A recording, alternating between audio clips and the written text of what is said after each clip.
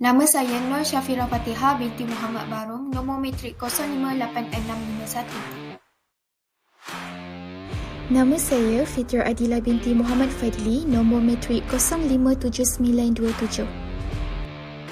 Bismillahirrahmanirrahim. Assalamualaikum warahmatullahi wabarakatuh. Saya Zulia Muhammad binti Yaidan, nombor matrik 057896.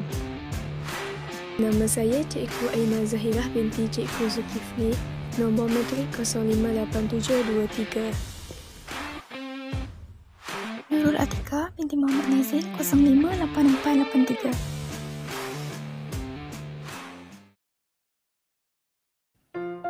Perdagangan antarabangsa. Apa yang dimaksudkan dengan perdagangan antarabangsa? Perdagangan antarabangsa ialah perdagangan yang melibatkan pertukaran barang antara satu negara dengan negara yang lain. Asas-asas perdagangan antarabangsa terbahagi kepada dua, iaitu import dan ekspor. Import ialah membeli barang dan perkhidmatan dari negara lain.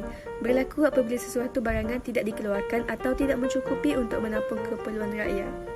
Ekspor pula ialah menjual barang dan perkhidmatan kepada negara lain. Berlaku apabila pengeluaran barangan melebihi penggunaan atau keperluan rakyat. Bagaimanakah boleh wujud perdagangan antarabangsa?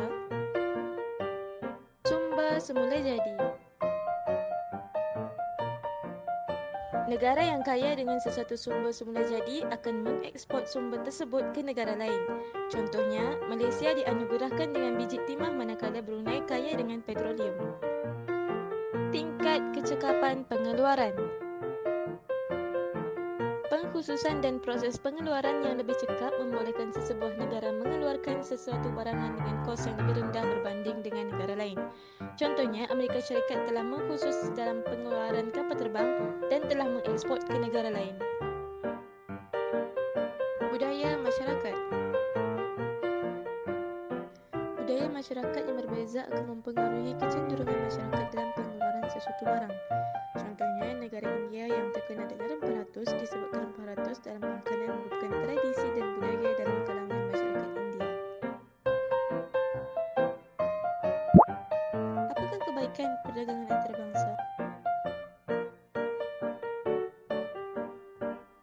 Masalah pasaran.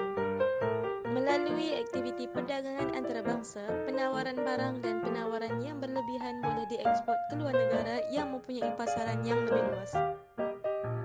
Kejayaan menguasai pasaran yang lebih luas akan meningkatkan keuntungan firma. Menambah peluang pekerjaan. Apabila permintaan meningkat terhadap barang ekspor sesebuah negara dalam perdagangan antarabangsa telah mendorong pengeluar tempatan dan pelabur asing membesarkan skala pengeluarannya untuk mendapatkan keuntungan yang maksimum. Pengembangan perniagaan akibat daripada aktiviti perdagangan antarabangsa telah berjaya mewujudkan lebih banyak peluang pekerjaan dan mengurangkan masalah pengangguran. Mewujudkan hubungan baik antara rakan dagang. Perdagangan antarabangsa berjaya mewujudkan kerjasama dan persefahaman antara negara rakan dagang dari segi politik, ekonomi, sosial dan budaya. Mewujudkan semangat saling membantu antara satu sama lain untuk mencapai kehidupan yang lebih baik.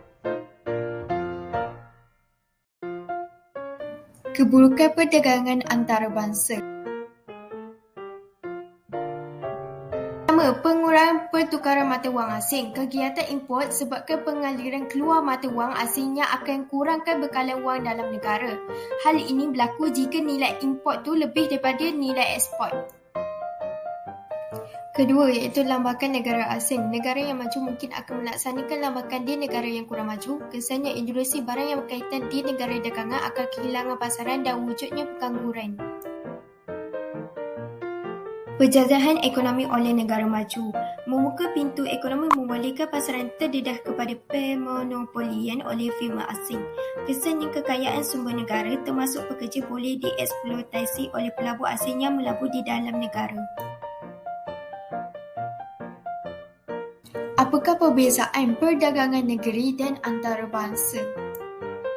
Perdagangan negeri, yang pertama merangkumi aktiviti borong dan runcit, yang kedua tidak wujud banyak sekatan kepada peniaga, yang ketiga jenis pengangkutan yang biasa digunakan seperti kereta api, lori dan van, yang keempat perniagaan menghadapi risiko yang rendah, yang kelima aktivitinya hanya dijalankan dalam negeri sahaja. Perdagangan antarabangsa. Yang pertama, merangkumi aktiviti import, ekspor dan interport. Yang kedua, wujudnya berbagai sekatan perdagangan antarabangsa seperti takrif kuartal dan embargo. Yang ketiga, jenis pengangkutan yang biasa digunakan seperti kapal laut dan kapal terbang. Yang keempat, perniagaan menghadapi risiko yang lebih tinggi. Yang kelima, aktiviti ini dijalankan merentasi sepada negara. Mari kita pelajari apa itu kewangan antarabangsa. Apa itu kewangan antarabangsa? Sistem kewangan antarabangsa adalah bentuk organisasi yang membentuk sejarah hubungan ekonomi yang ditetapkan oleh perjanjian antara negara dan berkaitan langsung dengan pergerakan modal dunia.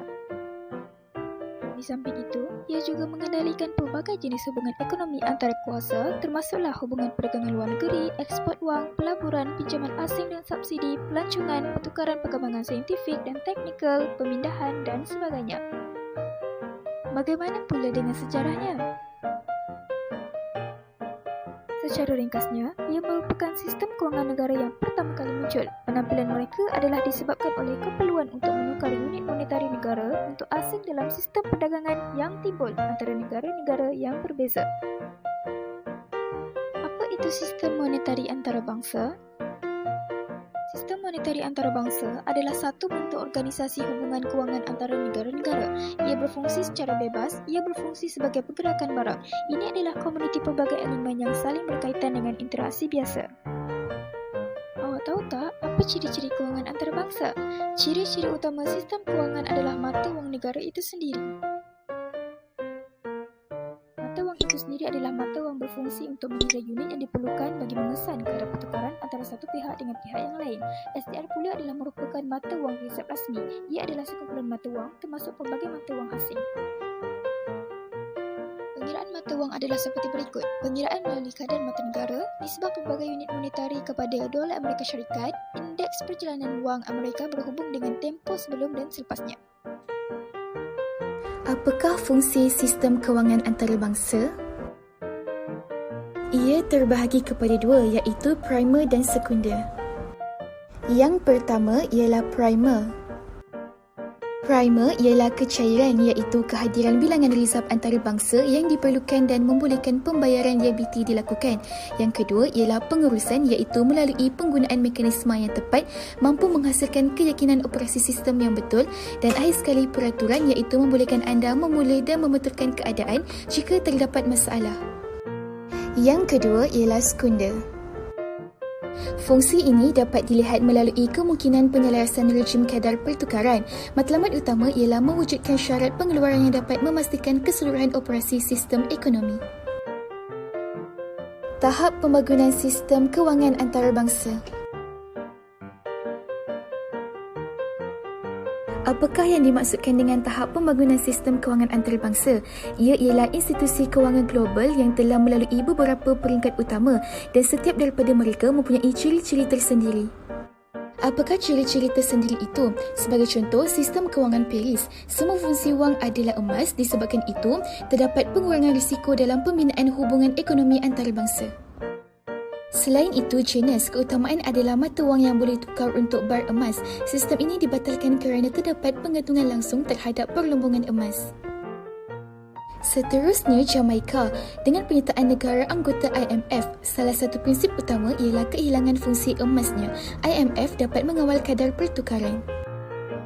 Akhir sekali, Eropah. Salah satu peringkat utama adalah penciptaan kesatuan kewangan dan pengenalan mata wang tunggal, iaitu Euro.